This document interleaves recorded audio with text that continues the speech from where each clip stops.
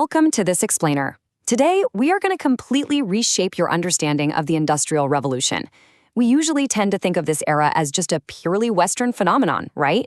Well, we're going to challenge that by exploring the deeply interconnected global ripple effect between Britain, the world's first industrial nation, and India. We'll trace exactly how the massive shift from manual labor to machine-based production fundamentally rewired the entire global economy. So let's dive right in with a question that kind of challenges the standard textbook picture we all have in our heads. When we hear Industrial Revolution, we usually picture these sudden, giant, smoke-belching factories popping up out of literally nowhere, completely replacing old ways of life in the blink of an eye. But did it actually happen overnight? The short answer, absolutely not. Long before those massive factories existed, there was a sprawling, decentralized phase of production known as proto-industrialization. Instead of cramming workers into a central factory, town merchants would actually travel out into the countryside. They'd hand over money to local peasants and artisans to produce goods right in their family living rooms and on their farms. And get this, these goods weren't just for the local village. They were being cranked out for expanding international markets.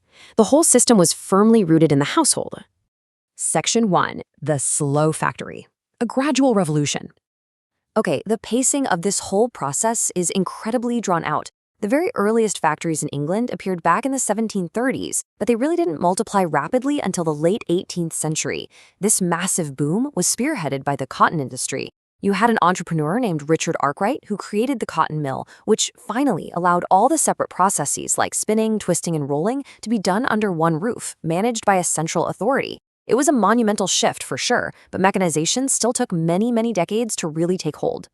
Now, the reason for that slow adoption is honestly kind of surprising. Early industrialists actually hated the first machines.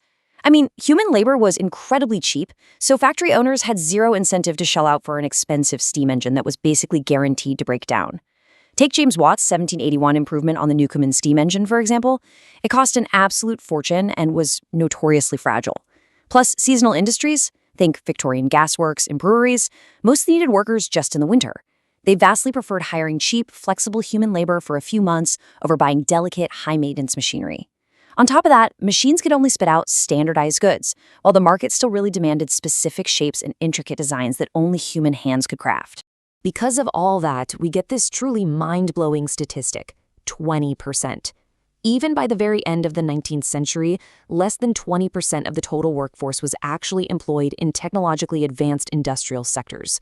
The traditional methods of making things were just incredibly resilient, existing side by side with the new factory system for a very long time. Moving to Section 2, the fall of Indian textiles, a devastating decline. To really grasp the global impact here, we have to look at the starting line.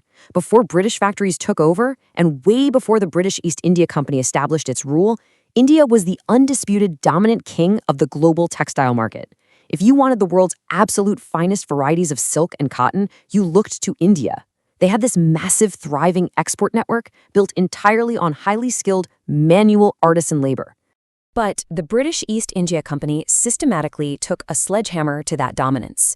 To eliminate local competition and ensure a steady supply for their own massive trade network, the company brought in paid servants called gomastas. These agents were sent in to directly supervise the weavers, collect supplies, and rigidly examine the quality of the cloth. This aggressive oversight brutally squeezed the local weavers, totally stripping them of their bargaining power, and it frequently led to violent clashes between the weavers and these appointed agents. And this set off a total, devastating domino effect for Indian exports.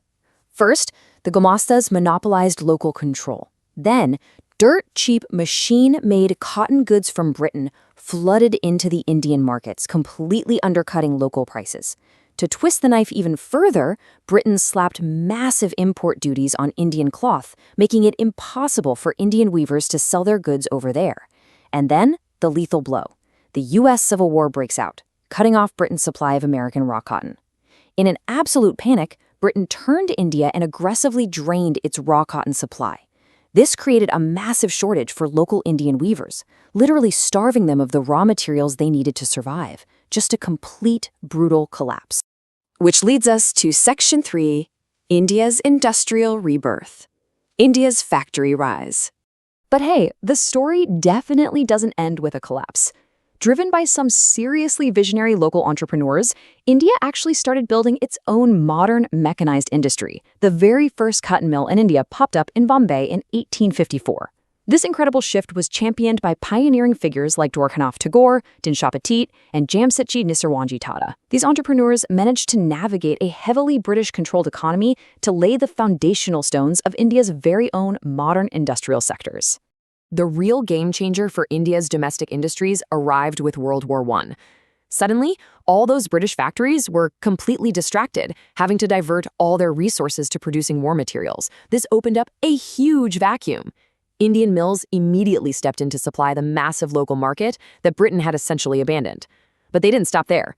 Indian factories also began churning out their own war supplies, producing vast quantities of jute bags, uniforms, and tents.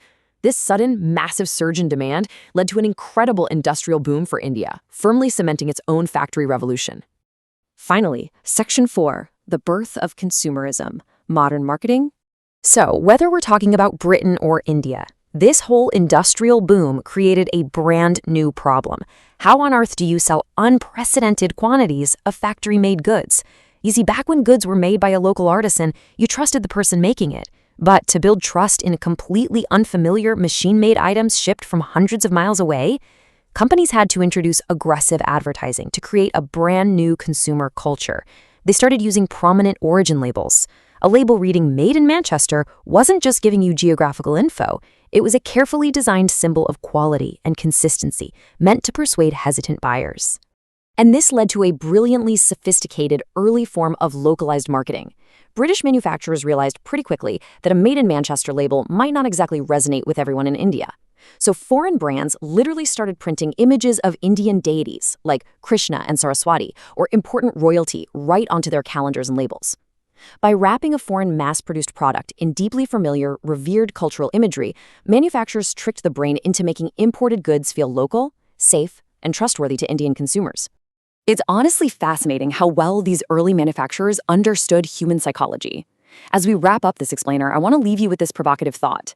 The tactics of the Industrial Revolution fundamentally birthed our modern consumer culture. From those proto-industrial living rooms to massive global trade wars, it was always about capturing the buyer. If 19th century brands were clever enough to use origin labels and local gods to manipulate consumer trust, just take a look around at the products you buy today. Are we still falling for the exact same global marketing tricks centuries later? Definitely something to chew on next time you see a globally manufactured product wrapped in a comforting, familiar local label. Thanks so much for exploring this amazing historical shift with me.